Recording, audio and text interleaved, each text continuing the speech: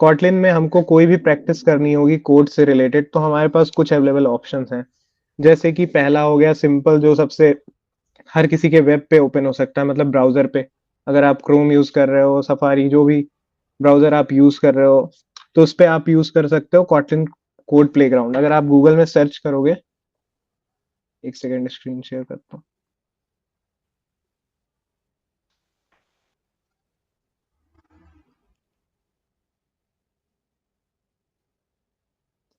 दिख रही है screen? Everyone react, okay okay. तो अगर हम सर्च करते हैं कॉटलिन प्लेग्राउंड, ठीक है ना, तो हमें एक प्लेग्राउंड मिल जाता है। हमें कोई भी आईडी इंस्टॉल करने की जरूरत नहीं है, कोई भी हैवी सॉफ्टवेयर इंस्टॉल करने की जरूरत नहीं है। हम डायरेक्ट यहाँ पे अपने कॉटलिन कोड की प्रैक्टिस कर सकते हैं। जैसा कि आप लोग देख सकते हैं, ये मेरा पुराना कोड है जिसे मैंने ऐसे टेस्टिंग के लिए यूज किया था। तो यहाँ पे क्या है, बेसिक हमको कुछ भी अगर कॉटलिन का टास्क परफॉर्म करना होगा, जैसे फॉर एग्जांपल मैं यहाँ पे प्रिंट करा के ही देख लेता हूँ वर्क कर रहा है नहीं, तो हम वो कर सकते हैं। यहाँ पे प्रिंट होता है ना इसमें। एक तो ये जावा और ये सब करा करा के यार कॉटलिन मिक्स हो गया है सब कुछ, ठीक है। हेलो वर्ड नहीं लिखना पसंद करता मैं थोड़ा।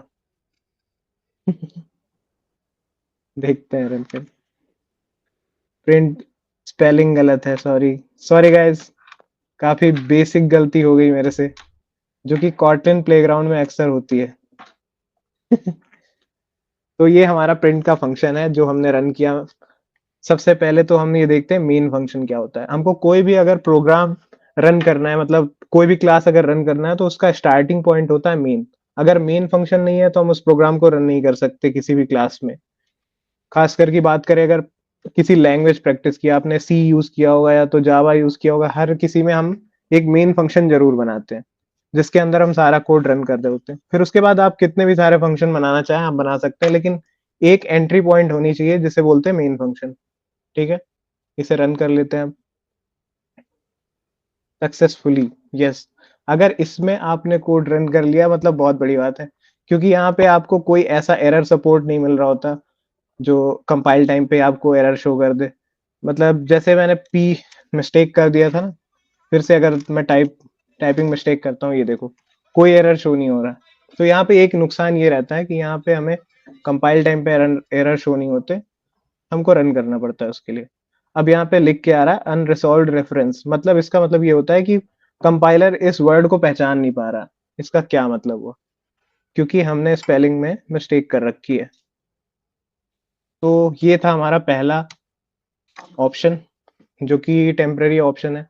लेकिन अगर आपको कुछ कॉम्प्लेक्स कोड करना होगा तो उसके लिए आपको किसी ना किसी अच्छे आईडी की जरूरत पड़ेगी। तो अब आईडी कौन कौन से अवेलेबल है उसके बारे में बात कर लेते हैं। स्क्रीन शेयर ऑफ हो गया ना? एक सेकंड। तो हमारे पास आईडी है, जैसे एंड्रॉयड स्टूडियो हमारा, एंड्रॉयड का कोड हमें कुछ भी परफॉर्म करना है, हमको ऐप बनाना है या फिर कुछ भी एंड्रॉयड से रिलेटेड टास्क करने हैं, उसके लिए हमारे पास एंड्रॉयड स्टूडियो है। विजुअल स्टूडियो कुछ लोगों ने यूज किया होगा, किसने किसने यूज किया है visual visual studio? VS code. मैंने। हाँ, तो वो अब अलग अलग लैंग्वेज के हिसाब से, तो कॉटलिन जो जेट ब्रेन कंपनी है जिन्होंने कॉटलिन को डेवलप किया है, उन्होंने एक आईडी भी डेवलप किया हुआ है, इंटेलिजेंट आइडिया। तो इस पे हम क्या है कि कॉटलिन का प्रोजेक्ट बना सकते हैं, प्रॉपर रन कर सकते हैं, ठीक है। मैं एक डेमो दिखा देता हूँ, बिल्कुल एंड्रॉयड स्टूडियो का छोटा भाई।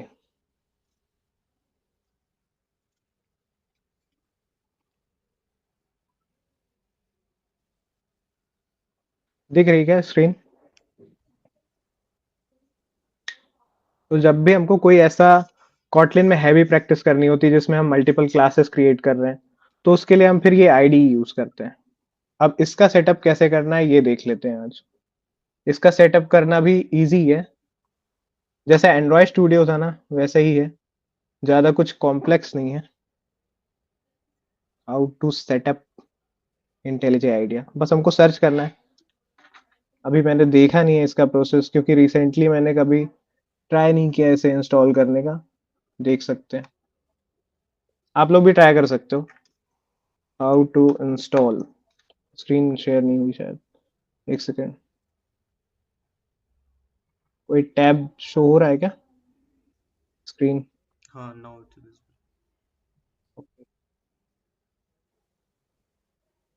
अरे मैंने ये शो कर दिया है, एक सेकेंड।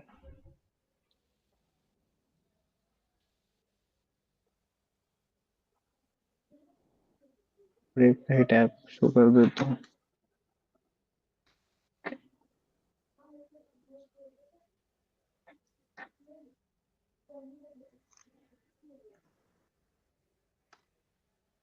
क्या इंटेलिजे आइडिया।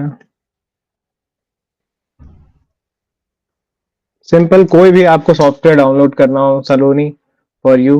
अगर कोई भी सॉफ्टवेयर डाउनलोड करना हो, सबसे पहला यही लिखना होता है, डाउनलोड ऐड कर दो उसके साथ। अब उसकी जो ऑफिशियल साइट है जेटब्रेन, जिन्होंने ये आईडी बनाया, उसकी ऑफिशियल साइट पे हम जाके देख सकते हैं कि इसका इंस्टॉलेशन प्रोसेस क्या है। इनका एक डॉक्यूमेंटेशन भी होगा डाउनलोड से रिलेटेड, जो हर हर किसी लैपटॉप में मतलब रिक्वायरमेंट के हिसाब से रहता है ना। यहाँ से आप डाउनलोड पे क्लिक कर सकते हो, है ना। उसके बाद डॉट .exe फाइल इंस्टॉल होगी, उस पर क्लिक करना है। फिर किसी को लाइव देखना है क्या, या फिर एंड्रॉयड स्टूडियो पे ही यूज करना है ये? सलोनी तुम इंस्टॉल कर सकते हो इसे। अब ओके, ये विजुअल कोड पर ही चलेगा क्या? कॉटलिन, विजुअल स्टूडियो, हाँ विजुअल स्टूडियो पर। दिक्कत ये रहती है कि उसपे हमें कॉटलिन का प्लगइन इंस्टॉल करना पड़ता है फिर। बाकी कर सकते हैं उसमें भी, कोई दिक्कत नहीं है। उसका ओके। प्रोसेस अलग रहेगा। या तो एंड्रॉयड स्टूडियो में भी कर सकते हैं हम, एक और तरीका है। एंड्रॉयड स्टूडियो अगर कोई इंस्टॉल कर रखा हो तो ओपन करो, स्क्रीन शेयर करो, मैं बताता हूँ। किसी का लैपटॉप जिसका फास्ट हो, मेरे में क्योंकि लैग करेगा काफी। सचिन अपना ओपन कर लेना है तो श्योर। एंड्रॉयड स्टूडियो, जिससे थोड़ा ओवरव्यू मिल जाए जस्ट कि एंड्रॉयड में कैसे करना है। किसी को इंस्टॉलेशन प्रोसेस से रिलेटेड कोई दिक्कत आएगी क्या, आईडी इंस्टॉल करने से रिलेटेड, ये बताना जरूरी है? एनीवन? जिन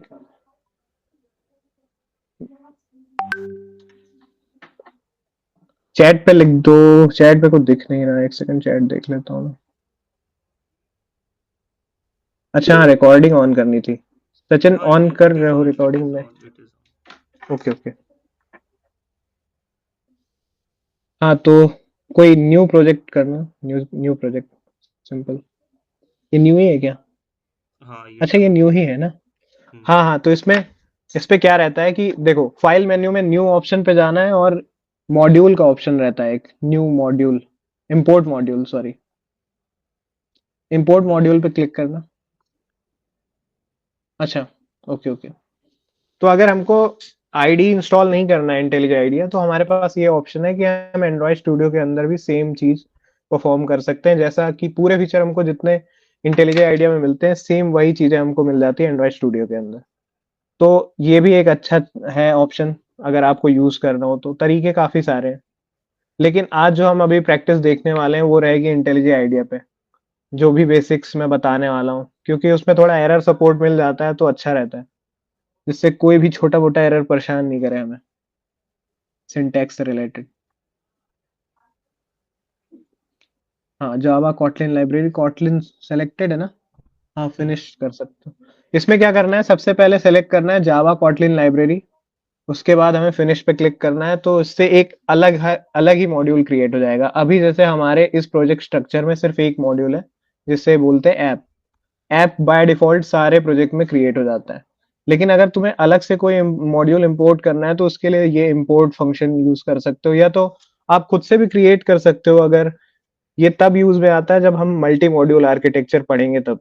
अभी इसकी जरूरत नहीं है, मैं अभी बस इतना देख लूं कि हमको कॉटलिन की प्रैक्टिस करनी होगी, तो हमें फाइल में जाना है, फिर न्यू पे क्लिक करना है, इंपोर्ट मॉड्यूल करना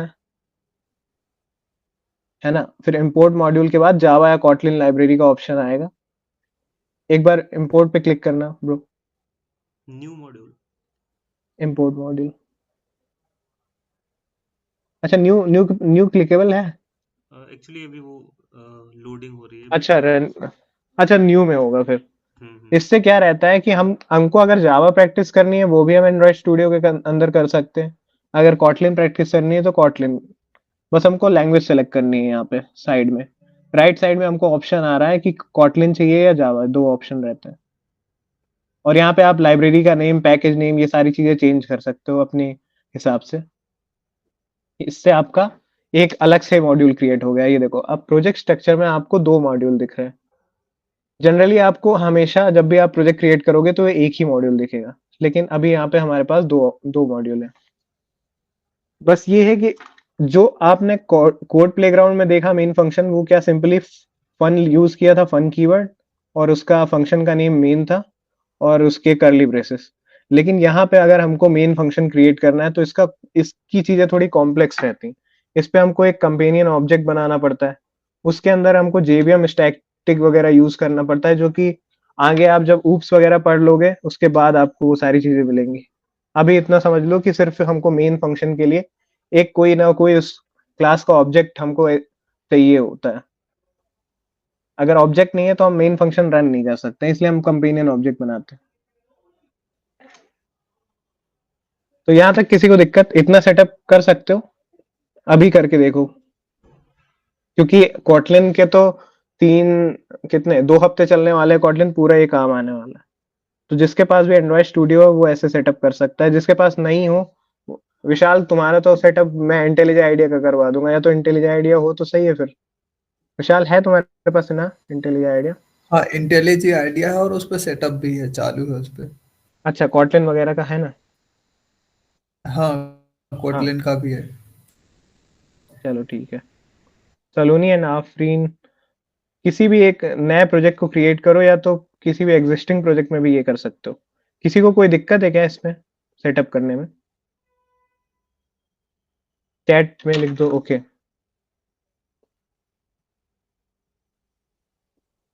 एंड सलोनी,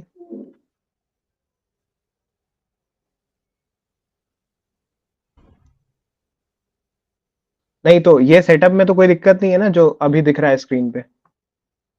आई हैव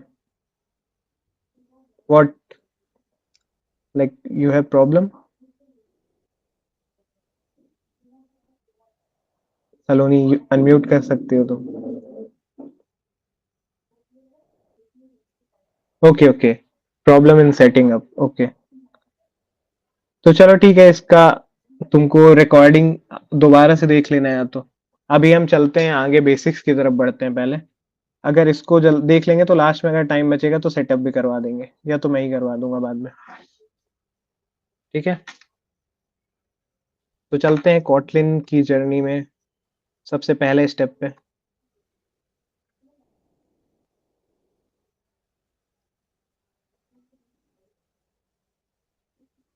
ये किसकी स्क्रीन शो हो रही है? मेरी स्क्रीन शो हो रही है क्या? नहीं नहीं, इट्स माइन। बंद करूँ मैं ओके, अपनी? हाँ हाँ, कर सकते हो, कोई दिक्कत नहीं।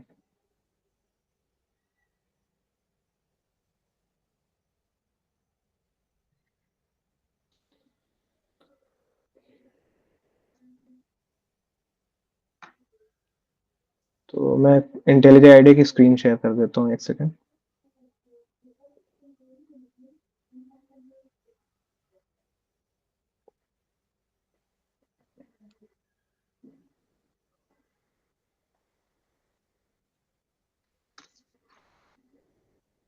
तो यहाँ पे स्क्रीन शो हो रही है ना मेरी इंटेलिजेंट आईडिया की? ओके, तो ये था हमारा, जैसे हमने उसमें लिव मॉड्यूल क्रिएट किया ना, सेम वैसी चीजें इसमें है। हमने एक क्लास क्रिएट की है, एंट्री क्लास, एंट्री नाम से। और उस क्लास के अंदर हमको अगर कोई भी चीजें परफॉर्म करनी है तो हमको एक मेन फंक्शन की जरूरत पड़ेगी। अगर कंपेनियन ऑब्जेक्ट क्या होता है कि इसको एग्जिस्ट करने के लिए इसकी क्लास की जरूरत नहीं होती। मतलब ये अपने आप में एक स्टैटिक ऑब्जेक्ट है, इसको एग्जिस्ट करने के लिए किसी रियल क्लास की जरूरत नहीं है। ये अपने आप में इंडिपेंडेंट है। ठीक है, तो हमने एक कंपेनियन ऑब्जेक्ट क्रिएट किया और उसके अंदर सिंपल सा हमने सिर्फ एक मेन फंक्शन क्रिएट किया और कुछ नहीं। ये सब क्या चीज है, इसको अभी ध्यान देने की बिल्कुल जरूरत नहीं है। जेवीएम स्टैटिक क्या है, कंपेनियन ऑब्जेक्ट क्या है, ये सब भूल जाओ। तुमको जब भी आना है, तुम्हारी क्लास पहले ब्लैंक रहेगी, तुमको सिंपल लिखना है कंपेनियन ऑब्जेक्ट, ये आ जाएगा, करली ब्रेसेस क्लोज करने हैं हमें, ठीक है। उसके बाद हमें एक फंक्शन क्रिएट करना है फन कीवर्ड का यूज करके। जब भी हम कॉटलिन में फंक्शन क्रिएट कर रहे होते हैं, हम फन कीवर्ड का यूज करते हैं, और उसका नाम देना है हमें मेन, ठीक है। मेन नाम दिया हमने, बाकी उसका ARGS वाला जो भी रहता था वो सारी चीजें देंगे। इतनी चीजें आपको थोड़ा सा रटनी होंगी, ठीक है, अभी के लिए, कि यहाँ पे क्या यूज होता है। सिंपल हमको एक @jvm स्टैटिक यूज करना है। ये एक एनोटेशन होता है जिसमें हम कोई भी स्टैटिक कीवर्ड है ना जो कॉटलिन में सपोर्ट नहीं करता, उसको अगर हमको यूज करना है तो हम उसके लिए जेवीएम स्टैटिक का यूज करते हैं। जब आप ये कॉटलिन के एडवांस चैप्टर से पहले ऊप्स में सीख जाओगे ये सारी चीजें, ठीक है, तो इसको नहीं देखते। सिंपल हमको ये याद रखना है, एक कंपेनियन ऑब्जेक्ट बनाया, एक फंक्शन क्रिएट किया जिसका नाम मेन है, उसके अंदर एक पैरामीटर पास किया एरे ऑफ स्ट्रिंग का, ठीक है। ये चीजें रटनी है अभी के लिए, सिर्फ 3 दिन के लिए। इसमें किसी को दिक्कत होगी क्या इस चीज का? या तो स्क्रीनशॉट भेज देता हूँ, ग्रुप पे भेज दूंगा, ठीक है, भेज दे रहा मैं अभी। तो इसकी डेप्थ में अभी नहीं जाते हैं, अभी सिर्फ हम इतना जान लेते हैं कि हमको इसके अंदर क्या करना होता है। जो भी अब जैसे हमको कोई भी चीज की प्रैक्टिस करनी है, हम यहाँ मेन ब्लॉक के अंदर हम वो चीजें लिखेंगे और वो चीजें प्रिंट होंगी या फिर एग्जीक्यूट होंगी। अगर हमने प्रिंट यूज किया है फंक्शन, तो हम यहाँ पे देखेंगे हेलो वर्ल्ड। हमने सिंपल एक हेलो वर्ल्ड प्रोग्राम बनाया और अब हम देखेंगे ये प्रिंट होता है या नहीं। यहाँ से हम रन कर सकते हैं। यहाँ पे एंट्री क्लास सेलेक्टेड है, मल्टीपल क्लासेस हो सकती हैं एक मॉड्यूल में, इसलिए यहाँ पे क्लास सिलेक्शन का ऑप्शन है। हमने एंट्री सेलेक्ट किया और हमने ये रन किया।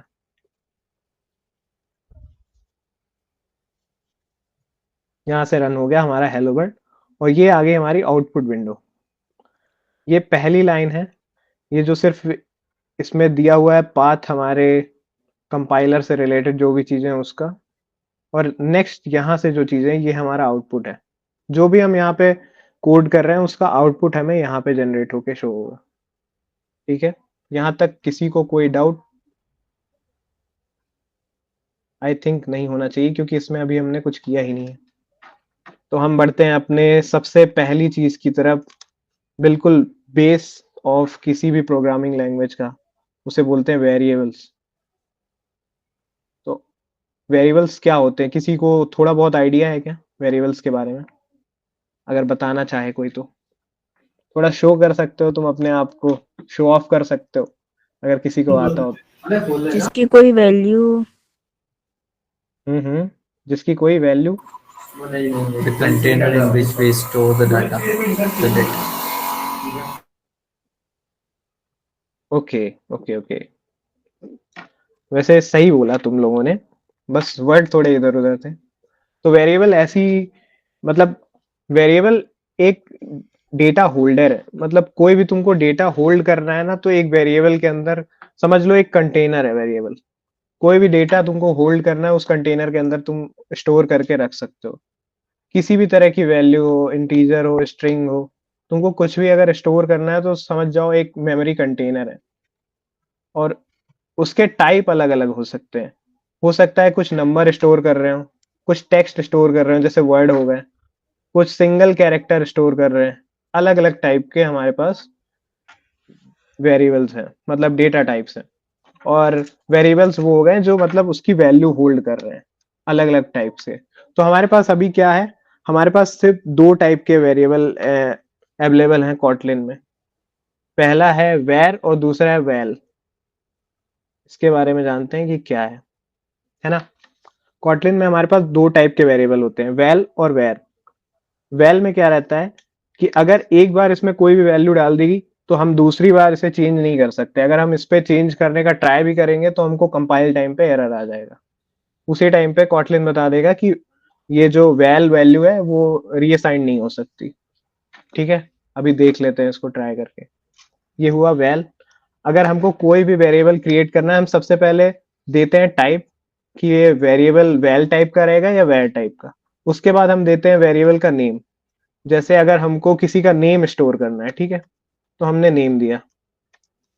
अगर हमने उसके अंदर स्टोर किया हेमंत, ठीक है, ये हमारी वैल्यू बन गई। अब हम इसको चेंज करने का ट्राई करते हैं। अब हम चाहते हैं कि नेम में वैल्यू होनी चाहिए विशाल। हमने नेम लिखा, हमने चाहा कि अब इसको रीअसाइन करते हैं। हमने इसमें यहाँ पे अगर कोई भी वैल्यू हमको असाइन करनी होती है तो हम उसका यूज करते हैं इक्वल टू का, सिंगल।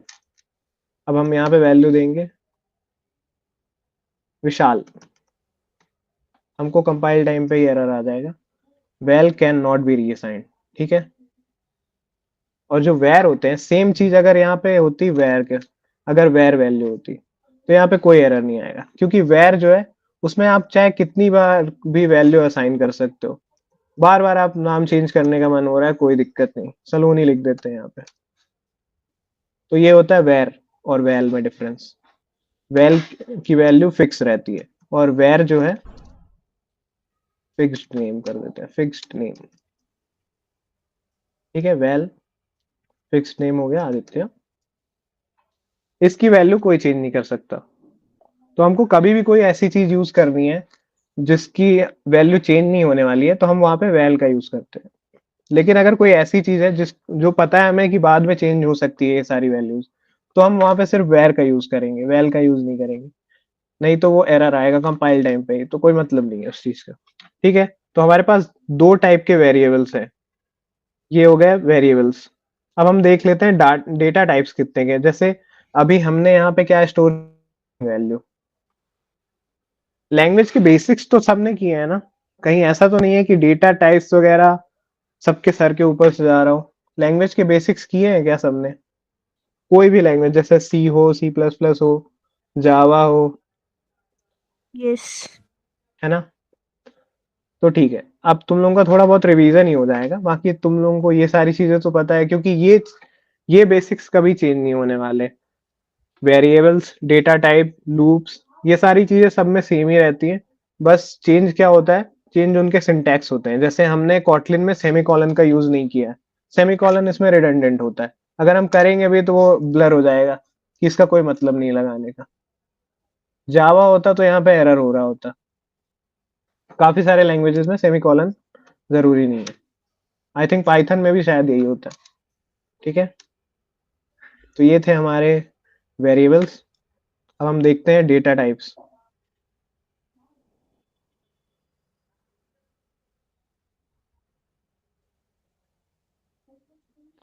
हमारे पास डेटा टाइप्स कितने टाइप के अवेलेबल हैं?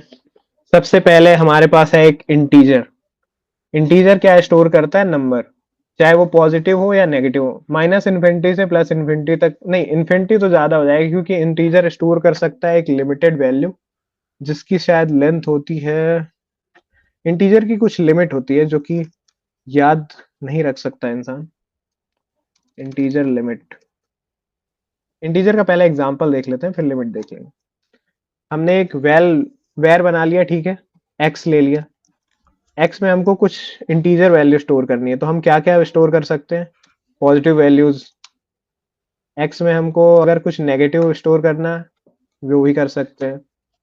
अगर जीरो तो कर ही सकते हैं, ठीक है। तो मतलब पॉजिटिव नेगेटिव कैसे भी नंबर्स हैं वो हम स्टोर करेंगे कहाँ पे? इंटीजर में। अभी हमने यहाँ पे ऐसा टाइप डिफाइन नहीं किया है। हाँ, कॉटलिन की एक और अच्छी बात है, हमको टाइप डिफाइन नहीं करना पड़ता। इसे बोलते हैं टाइप इन्फेरेंस। मैं कमेंट में टाइप कर देता हूँ, एक सेकंड ना। इन्फेरेंस, आई थिंक स्पेलिंग में थोड़ा मिस्टेक है, स्पेलिंग मिस्टेक को हटाओ। लेकिन टाइप इन्फेरेंस का मतलब ये होता है कि अगर हम कोई भी वेरिएबल इसमें बना रहे हैं कॉटलिन में, अगर हम जावा में बना रहे होते तो हमको डिफाइन करना होता कि इंटीजर है या स्ट्रिंग है या डबल है, फ्लोट है, जो भी है हमको डिफाइन करना होता है। लेकिन हमने सिर्फ यहाँ पे वेर एक्स लिख दिया और वन डाल दिया इसके अंदर। तो कॉटलिन स्मार्ट है और वो समझ जाएगी कि कौन सी वैल्यू इस वेरिएबल में स्टोर की गई है, तो वो अपने आप उसको वैसा डेटा टाइप बना देगा। जैसे यहाँ पे लिख के आ रहा है, क्या लिख के आ रहा है? वेर एक्स इज इंटीजर, है ना? ये दिख रहा है सबको ना? ये अपने ऑटोमेटिकली डिटेक्ट हो जाएगी चीजें। अगर हम यहाँ पे वेर नेम और इसमें डाल देते हैं हम कुछ भी वैल्यू, अब ये जो नेम वेरिएबल है ना, ये स्ट्रिंग टाइप का बनेगा। इसमें हमको खुद से कुछ डिफाइन नहीं करना पड़ रहा है कि टाइप कौन सा है। यही खासियत है कॉटलिन की कि हमको ये सारी चीजें, छोटी छोटी चीजें हमको टाइप नहीं करनी है। फायदा हमारा ये है कि विदाउट हमको टाइप डिफाइन किया हमने डिक्लेयर कर दिया वेरिएबल। यहाँ पे हमको लिखने की जरूरत नहीं थी। ये देखो रेडेंडेंट आ रहा है, ये ब्लर हो जाता है ना, इसका मतलब ये है कि इसको लिखने की जरूरत नहीं है। ये ऑलरेडी कॉटलिन को पता है कि एक इंटीजर वैल्यू है, क्योंकि यहाँ पे इसके वैल्यू के अकॉर्डिंग। तो इसे बोलते हैं टाइप इन्फरेंस। ये इंटरव्यू में काफी पूछा जाता है कि टाइप इन्फरेंस क्या है कॉटलिन में। जब आप बता रहे होगे ना कि जावा से मतलब आपने जावा क्यों नहीं चूज किया, आपने कॉटलिन क्यों चूज किया, आप उसके कुछ फायदे बताओगे, तो उसमें से आपको ये भी क्रॉस क्वेश्चन आ सकता है कि टाइप इन्फरेंस क्या है। तो ये चीजें याद रखना। जावा में हमको ये चीजें करना पड़ता है, हमको एक्सप्लिसिटली डिफाइन करना पड़ता है कि भाई ये वेरिएबल कौन सा है, स्ट्रिंग है या डबल है या बूलियन है। ठीक है, एनी डाउट अभी तक गाइस? थोड़ा बहुत रिएक्शन आ जाता तो समझ में आ जाता। चलो ठीक है, तो फिर आगे बढ़ते हैं, बाकी वैल्यूज देख लेते हैं। डबल हो गया, बूलियन हो गया, कैर, स्ट्रिंग, लॉन्ग, फ्लोट। बाकी सारी अदर लैंग्वेज की तरह हमारे पास अदर ऑप्शंस हैं। अब हम डिफाइन करेंगे टाइप भी। हम एक अच्छी आदत डाल लेते हैं कि चलो हम खुद से ही टाइप डिफाइन कर लेते हैं। ठीक है, हम एक डबल वैल्यू ले लेते हैं y, और वो डबल वैल्यू हो सकती है क्या,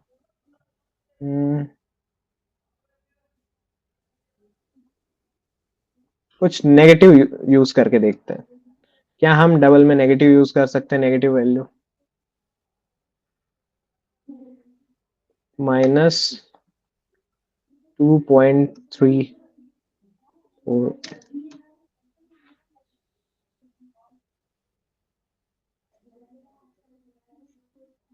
अब इसमें क्या असाइन हो रहा है, कौन सा वेरिएबल? ये देखो, इसमें डबल ऑलरेडी असाइन हो गया है डेटा टाइप। अगर हम इस पे लिख भी देते हैं तो कोई दिक्कत नहीं, उसकी कोई वैल्यू नहीं रहेगी। बट बस अगर हमें पता करना हो एग्जाम्पल के लिए, चलो सारी चीजें हम लिख लेते हैं। हमारा पहला वेरिएबल था डेटा टाइप इंटीजर, दूसरा डेटा टाइप हमारा स्ट्रिंग है, तीसरा हमारे पास अवेलेबल है डबल। इसमें हम कोई भी डेसिमल वैल्यूज देनी है तो हम दे सकते हैं, अगर पॉजिटिव हो नेगेटिव हो कोई फर्क नहीं पड़ता, है ना। और हमारे पास एक अदर डेसिमल वैल्यूज के लिए एक और ऑप्शन अवेलेबल है।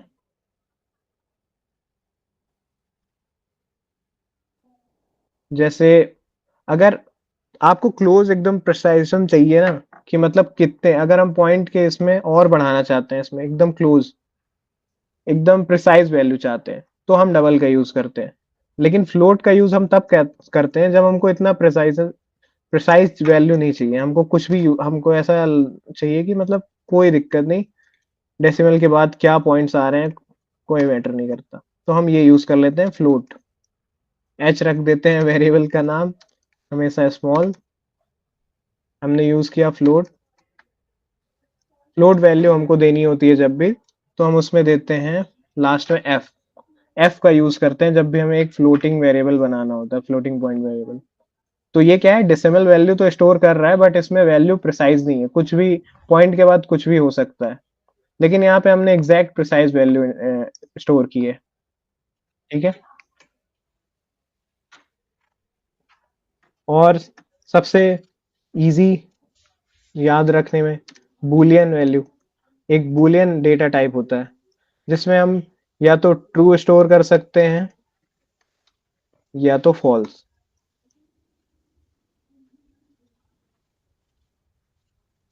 अगर कोई भी ऐसी सिचुएशन जहां पे हमको सिर्फ ये वैल्यू रखनी है, या तो मतलब दो ही ऑप्शंस हो सकते हैं उसके, तो हम वहां पे ट्रू फॉल्स का यूज करेंगे। जैसे स्विच है, या तो ऑन होगी या तो ऑफ होगी, तो हम वहां पे ट्रू फॉल्स का यूज कर सकते हैं कि स्विच ऑन है या ऑफ है ना। अगर कोई वैल्यू सेलेक्टेड है तो हम वहां पे यूज कर सकते हैं इज सेलेक्टेड। हम ट्रू लिख रहे हैं मतलब हाँ कोई भी वैल्यू सिलेक्टेड है, अगर फॉल्स कर रहे हैं तो फॉल्स। ये तो इजी था, है ना। और और कोई सा वेरिएबल बचा क्या data type? Long, long and char. Long में ऐसा रहता है कि इंटीजर की एक लिमिट होती है, ठीक है। इंटीजर की एक पर्टिकुलर लिमिट होती है कि उस लिमिट के बाद आप स्टोर नहीं कर सकते। तो लॉन्ग इसीलिए है कि अगर हमको कोई ऐसी वैल्यू स्टोर करनी है जिसकी मतलब जिसकी अमाउंट ज्यादा है ना, तो वो हम स्टोर करेंगे लॉन्ग में। जैसे हम यूज कर लेते हैं लॉन्ग, लिख लेते हैं और उसके अंदर स्टोर कर देते हैं हम कुछ भी रैंडम बिग नंबर, 0 हटा देते हैं और लास्ट में लिखना होता है हमें शायद यल।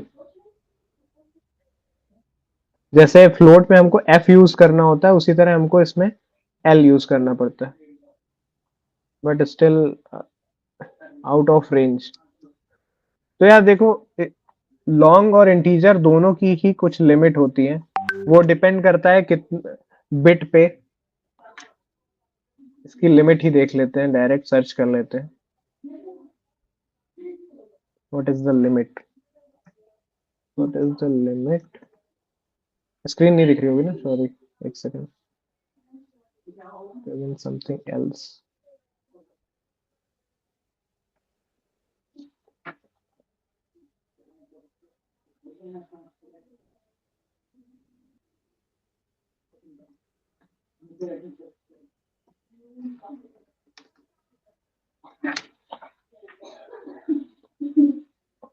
तो इंटीजर में साइज क्या रहता है, 32 बिट्स, और वैल्यू स्टोर कर सकते हैं हम सिर्फ यहां तक, ये वैल्यू हम स्टोर कर सकते हैं। लेकिन लॉन्ग में हम इतनी वैल्यू स्टोर कर सकते हैं हर। लेकिन देखो इसकी जरूरत वैसे पड़ती नहीं है, अगर आप डीएसए वगैरह करोगे ना तब ये चीजों का ध्यान रखना पड़ता है कि हम अगर कोई ऐसे टेस्ट केसेस रन कर रहे हैं जहां पे हमको लग रहा है कि ये वैल्यू इस लिमिट के बाहर चली जाएगी, तो वहां पे हमको इंटीजर अवॉइड करना होता है। लेकिन जनरली मैंने डेवलपमेंट में इसका कोई यूज देखा नहीं है कि इतने लिमिट हमको स्टोर करनी पड़ सकती है। इसलिए मतलब इसको अवॉइड नहीं करना है, बट इसकी लिमिट होती है ना। बट इसको रिमेम्बर करना पॉसिबल नहीं है किसी के लिए भी। तो बस इतना समझो कि इंटीजर में ये लिमिट होती है प्लस प्लस से लेके माइनस तक, और लॉन्ग में ये, ठीक है। कैर में हम सिंगल कैरेक्टर स्टोर करते हैं। स्क्रीन चेंज कर लूं, एक सेकेंड। ये तरह एक कैर हमारे पास अवेलेबल है, जैसे स्ट्रिंग था, स्ट्रिंग में हम पूरा एक वर्ड स्टोर कर रहे हैं। अगर हमको सिर्फ एक सिंगल कैरेक्टर स्टोर करना होगा तो उसके लिए हम यूज कर सकते हैं कैर।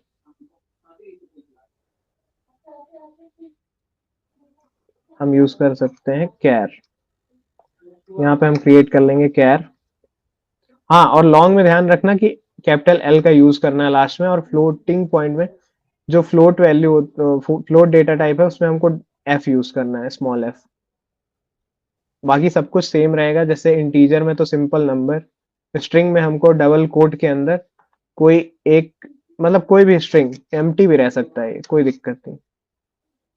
एम्प्टी, नल, कैरेक्टर, सिंबल, या नंबर भी यूज कर सकते हैं हम इसके अंदर, वो कन्वर्ट हो जाएगा एट द एंड स्ट्रिंग में। अब ये है हमारे पास कैर। अब एक कैर वेरिएबल बना के देखते हैं।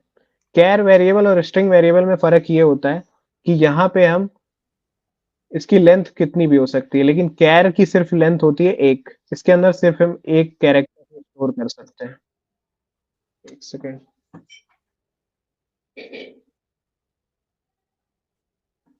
सॉरी। जैसे ये इस कैरेक्टर को हमने स्टोर कर लिया, ठीक है। ये कौन सा डेटा टाइप हुआ हमारा, कैर। और हाँ, एक इंटरव्यू क्वेश्चन मैंने देखा है कि अगर हम कोई वेरिएबल बनाते हैं जिसमें हम नल स्टोर कर देते हैं,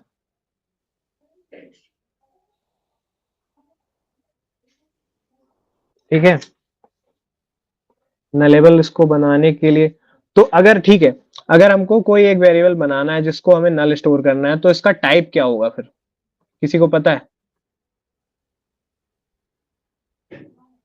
अगर हम कोई ऐसा एक वेरिएबल बना रहे हैं जिसके अंदर हम नल स्टोर कर रहे हैं, हम कोई वैल्यू डिफाइन नहीं कर रहे हैं, हम ना उसमें नंबर दे रहे हैं ना हम स्ट्रिंग दे रहे हैं, तो वो किस टाइप का वेरिएबल होगा? इंट। और कोई कुछ सोच रहा है? कोई है बुद्धा? चलो ठीक है, मैं बताता हूँ। अगर हम कॉटलिन में किसी भी वेरिएबल को हम नल वैल्यू देते हैं, तो बाय डिफॉल्ट वो नथिंग टाइप का हो जाता है। ये देखो, नथिंग। नथिंग क्या होता है? नथिंग ऐसा डेटा टाइप है जिसके अंदर कुछ भी नहीं है, मतलब नल वैल्यू है। बाय डिफॉल्ट वो असाइन हो जाता है नथिंग को। इसमें ये किसी भी ऐसे डेटा टाइप से असाइन नहीं होता, क्योंकि अब टी में हम कल को कुछ भी वैल्यू डाल सकते हैं। अगर टी में हमने स्टोर कर दिया इंट, तो वो इंट में कन्वर्ट हो जाएगा। देन हमको यहाँ पे, सॉरी, नंबर, अब ये इंट वैल्यू हो गई। लेकिन यहाँ पे चेंजेस इसलिए नहीं हो रहे हैं क्योंकि ये स्टिल कंपाइल टाइम पे ये चीजें नहीं दिखती, बट अब ये वेरिएबल हो गया integer because of type inference. लेकिन यहाँ पे हमको डिफाइन करना पड़ेगा कि इंटीजर है जो कि नलेबल है, तब जाके ये असाइन होगा। लेकिन अगर बाय डिफॉल्ट डायरेक्टली किसी ने नल असाइन कर दिया, तो वो नथिंग डेटा टाइप का होगा। ठीक है, तो ये याद रखना है। बाय डिफॉल्ट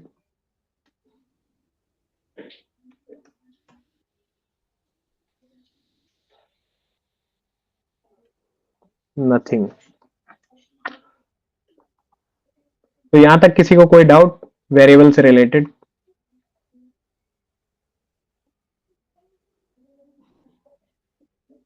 नथिंग वेरिएबल, अगर उसका यूज क्या है, तो कोई भी यूज नहीं है उसका, सिर्फ इसलिए कि क्योंकि टाइप इन्फरेंस को वर्क कराना है ना। अगर हम इसमें कोई भी, तो कंपाइलर कंफ्यूज नहीं हो जिससे, इसलिए एक डिफॉल्ट हमारे पास डेटा टाइप है नथिंग, जिसका कोई नहीं, उसका नथिंग। कोई दिक्कत, समस्या, परेशानी किसी को भी? एनीवन? यहाँ तक अनम्यूट करके बोल सकते हो अगर कोई भी यहाँ तक दिक्कत हो तो। ओके, चलो आगे बढ़ते हैं फिर। अब हम पढ़ेंगे stack memory and heap memory के बारे में, जो कि इंटरव्यू पर्सपेक्टिव में कभी कभी ऐसा होता है कि इंटरव्यूअर पूछ लेते हैं कि स्टैक एंड हीप में डिफरेंस क्या है। मतलब जनरली आपको ट्यूटोरियल्स में ये चीजें नहीं मिलेंगी, क्योंकि अगर आपने डीएसए कर रखा होगा तो आपको स्टैक्स और हीप के बारे में पता होगा। किसी ने डीएसए ट्राई किया है क्या? डीएसए वगैरह कौन कौन फैमिलियर है डीएसए से?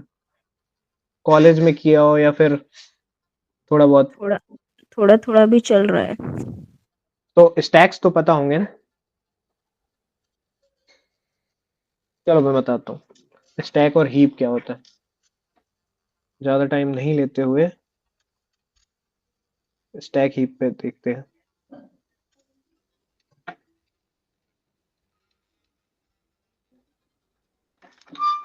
यहीं पे समझा देता हूँ। आदित्य और पुराना, स्क्रीन इज नॉट विजिबल। देखो। ओके ओके ओके ओके, एक सेकेंड।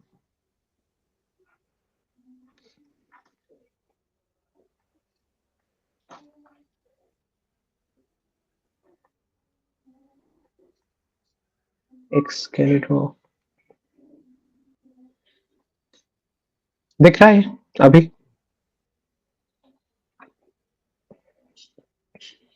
स्क्रीन विजुअल है ना? हाँ, ओके। तो स्टैक समझ लेते हैं पहले जल्दी। हमारे पास क्या है, दो तरह की मेमोरी होती है। किसी भी जावा में हो या कॉटलिन में हो, हमारे पास दो मेमोरी होती है, स्टैक एंड हीप। तो ये हो गया हमारा पहला, जो लेफ्ट वन है ये स्टैक हुआ, ठीक है, और ये जो राइट वन है ये हुआ हीप। तो कुछ ऐसे डेटा टाइप हो गए जैसे इंटीजर हो गया, इंटीजर की वैल्यू काफी टेम्पररी रहती है और जो कि चेंज होती रहती है, वो स्टोर होती है ही स्टैक में। स्टैक्स क्या होते हैं, सिंपल समझ लो कि जैसे आपने किसी मतलब बुक्स रखी हुई है आपने स्टैक करके, ठीक है, वन बाय वन एक के ऊपर एक बुक रखी हुई है। मैं बना देता हूँ, ये हुआ।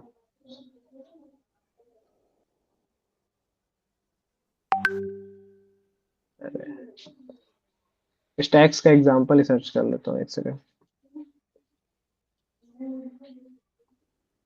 स्टैक्स क्या होते हैं, वन बाय वन अगर हम स्टैक करके कोई भी चीजें रख रहे हैं ना तो उसे स्टैक बोलते हैं। जैसे बुक्स एक के ऊपर एक कई सारी हम बुक अगर रख दें तो वो हमारा स्टैक। तो वैसे ही कुछ होता है कि हम जब कोई भी फंक्शन कॉल करते हैं तो वो एक स्टैक के हिसाब से सारे फंक्शन स्टोर होते जाते हैं उसमें स्टैक में, ठीक है। तो जो इंटीजर वैल्यूज होती हैं वो हमारे टेम्परेरी रहती हैं काफी, वो स्टैक में स्टोर होती हैं। ये इमेजेस दिख रही हैं क्या?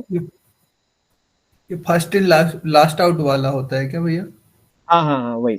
इसमें ऐसा रहता है कि जैसे मान लो ये एक बुक हुई, ये दूसरी बुक हुई, इसके ऊपर एक और बुक रखी, तो जो पहली बुक आई है वो लास्ट में आउट होगी, क्योंकि आप बॉटम से बुक निकाल सकते हो क्या? जो टॉप की बुक है पहले उसको निकालोगे, फिर दूसरी निकालोगे, फिर तीसरी निकालोगे, तब जाके आप लास्ट वाली बुक को निकाल पाओगे। तो इसमें ऐसा होता है, लास्ट इन फर्स्ट आउट। जो लास्ट में आई है बुक, जो सबसे टॉप पे है, वो सबसे पहले बाहर जाएगी। तो इसी तरह होता है जब भी हम कोई फंक्शन रन करते हैं तो वो स्टैक मेमोरी में प्लेस करता है। वो फंक्शन जब तक एग्जीक्यूट हो रहा है वो स्टैक में मेमोरी यूज करेगा कि हाँ ये फंक्शन अभी एग्जीक्यूशन में है, और उसके अंदर जो भी वैल्यूज है ऐसे डेटा टाइप्स हैं, जैसे इंटीजर हो गया, इसकी वैल्यू चेंज होती रहती है, ये एक ऑब्जेक्ट नहीं हुआ, simple value primitive data types जो हमारे हैं। और जो कॉम्प्लेक्स दो टाइप के डेटा टाइप होते हैं ना, जैसे कुछ हो जाते हैं प्रिमिटिव। अब प्रिमिटिव और उसमें हम डिफरेंस देख लेते हैं इंटेलिजेंट आइडिया में, ठीक है। ये हो गया हमारा वेर एक्स, जिसमें हमने 5 की वैल्यू डाली। अब ये क्या होता है, हमारे स्टैक में स्टोर होता है। तो जब भी हम ये एक्स में कोई वैल्यू चेंज करते हैं तो मतलब वेरिएबल सेम है, वैल्यू बदल गई बस, बाकी इसका कोई नया ऑब्जेक्ट क्रिएट नहीं होता है मेमोरी में। इसको बताने के लिए कोई एग्जाम्पल यहाँ पे दिख नहीं रहा है। एक्स के लिए ड्रॉ में ही ड्रॉ कर लेता हूँ। जैसे एक मेमोरी ब्लॉक है जिसमें एक्स एक्स की वैल्यू हमने स्टोर की है, ये एक्स है हमारा, ठीक है। ये हमारा एक्स वेरिएबल है, इसको यहाँ पे हमने स्टोर किया हुआ है, इसकी वैल्यू हो गई 5। इसमें 5 हमने स्टोर किया हुआ है। ठीक करते हैं तो स्टैक में जो भी डेटा टाइप होते हैं उसकी वैल्यू क्या हो जाती है, रिप्लेस हो जाती है। जैसे हमने इसमें कुछ चेंजेस किए, यहाँ पे वैल्यू हो जाएगी रिप्लेस होके 6। लेकिन जब हम कोई कोई चीजें हमने हीप में स्टोर कर रखी है, उसमें क्या होता है, मैं एग्जांपल दिखाता हूँ। जैसे हमारा स्ट्रिंग है, ये एक ऑब्जेक्ट वैल्यू होती है, ठीक है। स्ट्रिंग नेम है, हमने यहाँ पे लिया आदित्य। थोड़ा टाइम लग सकता है यार, देखो स्टैक हीप में, बाकी चीजें तो तुम देखो बाकी ट्यूटोरियल में भी देख लोगे। अगर जो सबसे मेन है ना, तो स्टैक हीप ये जल्दी ट्यूटोरियल में देखने को नहीं मिलता अंटिल तुम डीएसए कर रहे हो। तो हमने एक वेरिएबल बनाया सिंपल, यहाँ सबको दिख रहा है ना, एक वेरिएबल हमने सिंपल बनाया जिसमें जिसका नाम नेम है और ये स्ट्रिंग टाइप का है, और उसमें हमने वैल्यू क्या दी है, आदित्य। चलो हम इसको प्रिंट कर लेते हैं। इसका हम एड्रेस प्रिंट करेंगे कि ये किस एड्रेस पे स्टोर है, ये देखने के लिए कि क्या ये एड्रेस चेंज होते हैं कि नहीं। एरर क्यों आ रहा है प्रिंट में?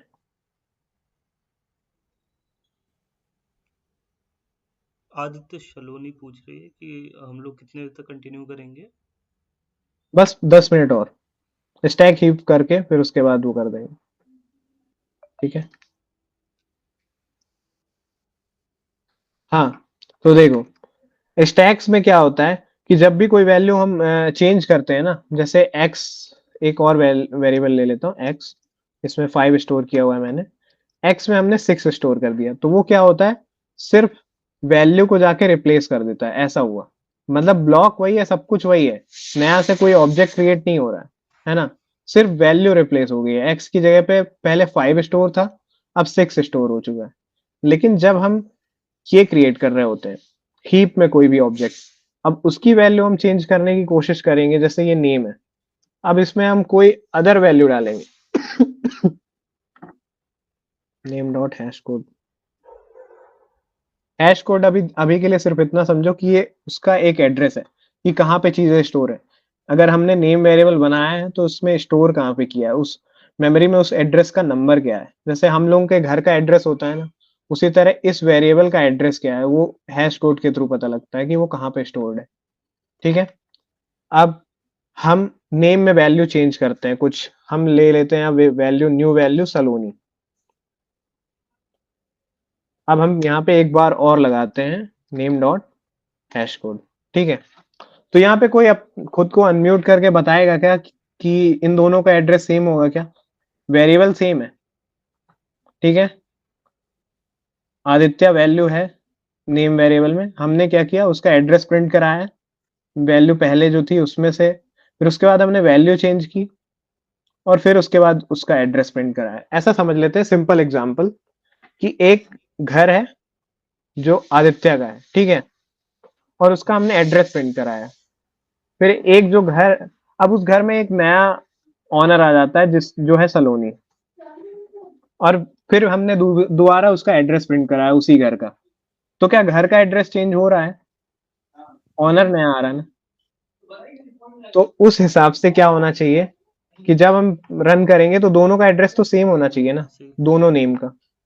एडेप्टर है, क्या लगता है? सेम होगा एड्रेस। है ना, लेकिन ऐसा नहीं होता है, स्ट्रिंग के साथ ये एक्सेप्शन होता है कि बाकी डेटा टाइप्स तो क्या है, प्रिमिटिव होते हैं, वो स्टोर होते हैं स्टैक में, जिनकी वैल्यू रिप्लेस हो जाती है। कि जैसे अगर इस घर का ऑनर पहले आदित्य था, अब उसका ऑनर हो चुकी है सलोनी, तो अगर प्रिमिटिव होता तो वहां पे सेम चीजें हो रही होती, एड्रेस सेम रहता, मतलब मेमोरी में जहां पे चीजें स्टोर हैं उस वो चीजें चेंज नहीं हो रही कि अगर मैंने एक्स का, एक्स की जगह अगर 5 था तो 6 अगर मैंने कर दिया, तो ऐसा नहीं होगा कि एक न्यू एक्स बन जाए और उसकी जगह 7 आ जाए अगर मैंने 6 से 7 किया, ऐसा नहीं होगा। लेकिन जब बात होती है स्ट्रिंग की, तो ये क्या होता है, हीप में स्टोर होता है। तो पहले जो घर जो आदित्य का था, मतलब ये जो वैल्यू आदित्य है, ये किसी अदर घर को रिप्रेजेंट कर रहा था, अब जो नया ऑनर आ गया ये किसी न्यू ही घर को रिप्रेजेंट करेगा, क्योंकि ऐसा पॉसिबल नहीं है कि सेम वैल्यू, अगर हम सेम चीजें, मतलब देखो अभी एग्जांपल से दिखाता हूँ, मैं रन कर देता हूँ तो समझ में आ जाएगा। ये 5 डेटा जो है वो सिंगल है और ये 5 डेटा मल्टीप्लेयर है। देखो पहले नेम का एड्रेस क्या है और दूसरे नेम का एड्रेस क्या है, दोनों डिफरेंट है, जबकि हमने वेरिएबल चेंज नहीं किया, वेरिएबल सेम है। सिंगल प्लेयर चला जाए तो ये फर्क होता है स्टैक और हीप का। लेकिन जब मैं एक जो हीप में चीजें स्टोर हो रही होती हैं, अगर उसमें हम ऐसे कोई चेंजेस करते हैं तो उसका न्यू ऑब्जेक्ट क्रिएट हो जाता है, खास करके वो स्ट्रिंग डेटा टाइप के साथ जरूर होता किस है तरीके ना, से फिर जो कॉम्प्लेक्स डेटा टाइप्स है। एक ही लिस्ट आ रही है उसमें अगर ये चीजें सर के ऊपर से गई हो तो बता देना, इसको प्रॉपर और अच्छे से समझा दूंगा। स्टैक एंड हीप पहली बार में मेरे को भी नहीं समझ में आया था, लेकिन जब धीरे धीरे देखा समझा तो और ज्यादा समझ में आया कि ऐसा क्यों होता है। और अभी अगर टाइम होता तो मैं और अच्छे से समझा पाता, लेकिन कोई नहीं, इसको अभी यहीं पे खत्म करते हैं। हम बाकी असाइनमेंट्स के बारे में बता देते हैं कि अब आपको 3 दिन क्या असाइनमेंट करने हैं, क्या प्रोसेस रहेगा उसका, ठीक है।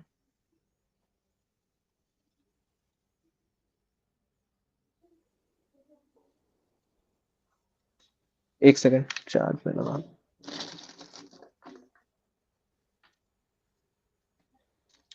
ये है आपके अगले 3 दिन का असाइनमेंट, जिसमें आपको सीखना है क्या, फंडामेंटल ऑफ कोटलिन। उसमें कवर्ड होंगे वही टॉपिक्स जैसे कि आपको टॉपिक्स में सेंड कर दूंगा व्हाट्सएप पे। इसमें कॉटलिन के बेसिक्स में से जैसे data type variables, loops, conditional statement वगैरह, और एफ एल्स हो गया, स्विच हो गया, ये सारी चीजें आपको कवर करनी है इस 3 दिन में। और उस 3 दिन में कवर करने के बाद जब आपको लगेगा कि हाँ आप अब प्रिपेयर हो चुके हो असाइनमेंट करने के लिए, तो आप असाइनमेंट ट्राई कर सकते हो, जिसमें आपको ये कुछ एमसीक्यूज रहेंगे। ठीक है, अगर इसके नंबर्स बढ़वाने होंगे तो जरूर और ज्यादा एमसीक्यू दे सकते हैं। ये आपको सॉल्व करके लाने होंगे इनके आंसर्स, कि आपको पढ़ना है फिर उसके बाद इनको सॉल्व करना है। लास्ट लास्ट दिन हम ये सारी चीजें चेक कर रहे होंगे। जैसे आज क्या है डेट, आज कल से स्टार्ट होगा ना, 10, 11, 12 3 दिन चलेगा। मंडे को अगर हम लोग की क्लासेस होती हैं तो मंडे को ये असाइनमेंट चेक कर सकते हैं कि इसको सॉल्व करके आपने लाया है नहीं। ठीक है, ये आपको सॉल्व करने हैं जाके। और लास्ट में ये इंटरव्यू क्वेश्चन आंसर होंगे उसी सारे बेसिक टॉपिक से रिलेटेड जो आपने पढ़े होंगे। तो ये सिर्फ तब काम आएगा जब आपको इंटरव्यू में अपेयर होना है, लेकिन आप पढ़ लोगे अभी से तो सही रहेगा। शुरू में हमने कम ही रखे हैं जिससे ज्यादा ओवरवेलमिंग नहीं हो, बट आप अच्छे से कोशिश करना कि आप सारे टॉपिक अच्छे से क्लियर करो। और जो भी रिसोर्स, और इसमें हाँ सबसे लास्ट में आपको रिसोर्सेज की लिंक भी है। एक कॉटलिन बिगनर ट्यूटोरियल चीजी कोड की लिस्ट है, प्लेलिस्ट, हिंदी रिसोर्स है। अगर इंग्लिश रिसोर्स आपको कॉटलिन डॉक्यूमेंटेशन से पढ़ना है तो कॉटलिन डॉक्यूमेंटेशन भी है, लेकिन मैं तो प्रेफर करूंगा आप ये प्लेलिस्ट देख लेना, और साथ में अगर कोई भी डाउट हो तो ग्रुप पे बताते जाना, किसी भी वीडियो में कोई भी डाउट आ रहा हो तो। ये प्लेलिस्ट काफी सही है कॉटलिन के लिए। इसमें आपको वीडियोस करने हैं कहाँ तक, बिफोर ऊप्स, यहाँ तक 14 वीडियो तक आपको इन 3 दिन में करने हैं। और साथ साथ ऐसा नहीं करना है कि सिर्फ आपको वीडियोस देख लेने हैं, आपको कोडिंग की प्रैक्टिस भी करनी है। अगर आपने यहाँ पे लूप्स पढ़े, वेरिएबल पढ़े, जैसे अभी अलग अलग वेरिएबल बना के ट्राई किया ना, आपने अगर लूप्स पढ़े तो आपको लूप्स भी ट्राई करना है, अलग अलग लूप्स बना के। कुछ कुछ आप बेसिक प्रोग्राम चैट जीपीटी से भी जनरेट करवा सकते हो कि अगर मैं ये टॉपिक पढ़ रहा हूँ, give me some basic program to practice this. फिर उसके बाद आप उसको कोड कर सकते हो, ट्राई कर सकते हो। अगर ये सारी चीजें आप स्किप करोगे तो सिंटैक्स भूलेंगे बार बार, इसलिए ये चीजें स्किप मत करना। साथ साथ वीडियो भी देखना और प्रैक्टिस भी करते जाना। ठीक है, और फिर लास्ट में असाइनमेंट करके लाना है पूरा, उसमें कोड स्निपेट जो है और क्या चीजें हैं, कहाँ पे खुला हुआ है असाइनमेंट।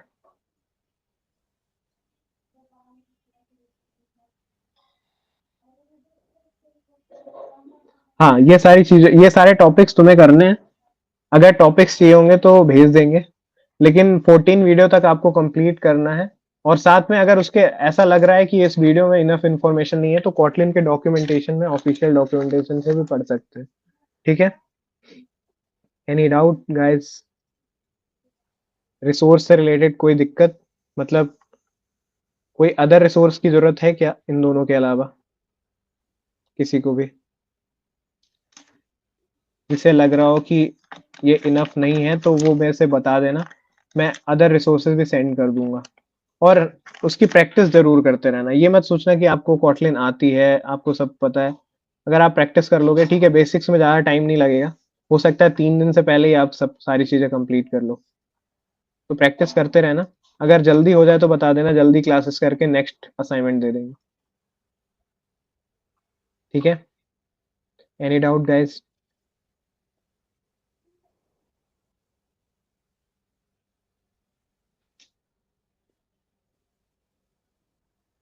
आफरीन सलोनी, अगर रिसोर्सेज से रिलेटेड कोई इशू हो तो आप ग्रुप पे मैसेज कर देना। इसने कॉटलिन बेसिक्स कर रखे थे ऑलरेडी, सलोनी के लिए तो पूरा नया होगा। बाकी सब कर रखे थे ना कॉटलिन बेसिक्स। चलो ठीक है, फिर कोई भी डाउट होगा ग्रुप पे मैसेज कर देना, और सेटअप से रिलेटेड कोई भी इशू आएगा तो मीट पे आके सेटअप करवा देंगे, है ना? लेकिन ट्राई करना अपने से करने का। ओके। एंड लास्ट में हमारी 3 दिन क्लास नहीं होगी, इसका मतलब ये नहीं है कि हम लोग एक्टिव नहीं है या आप लोग एक्टिव नहीं होंगे। व्हाट्सएप कम्युनिटी बिल्कुल एक्टिव है, तो अगर कोई भी इशू आता है, कोई भी प्रॉब्लम होती है, तो आप उसमें चीज़ें पूछ सकते हो, अपने इश्यूज डाल सकते हो और आपस में एक दूसरे की हेल्प भी कर सकते हो। अगर किसी को कोई चीज आती है और किसी को नहीं आ रही है, अगर उसको पहले आ रही है, अगर हम लोग नहीं देख पाते हैं, तो आप लोग खुद से भी रिप्लाई कर सकते हो और एक दूसरे को प्रॉपर कॉपरेट कर सकते हो चीजों को लेके। सो ये 3 दिन को अच्छे से यूटिलाइज करना है और उसके साथ साथ आपको चीजें सीखनी है, लाइक कॉटलिन बेसिक्स एटलीस्ट आपको कंप्लीट ये करनी सारे टॉपिक्स मैंने सेंड कर दिए हैं व्हाट्सएप पे। है। ओके,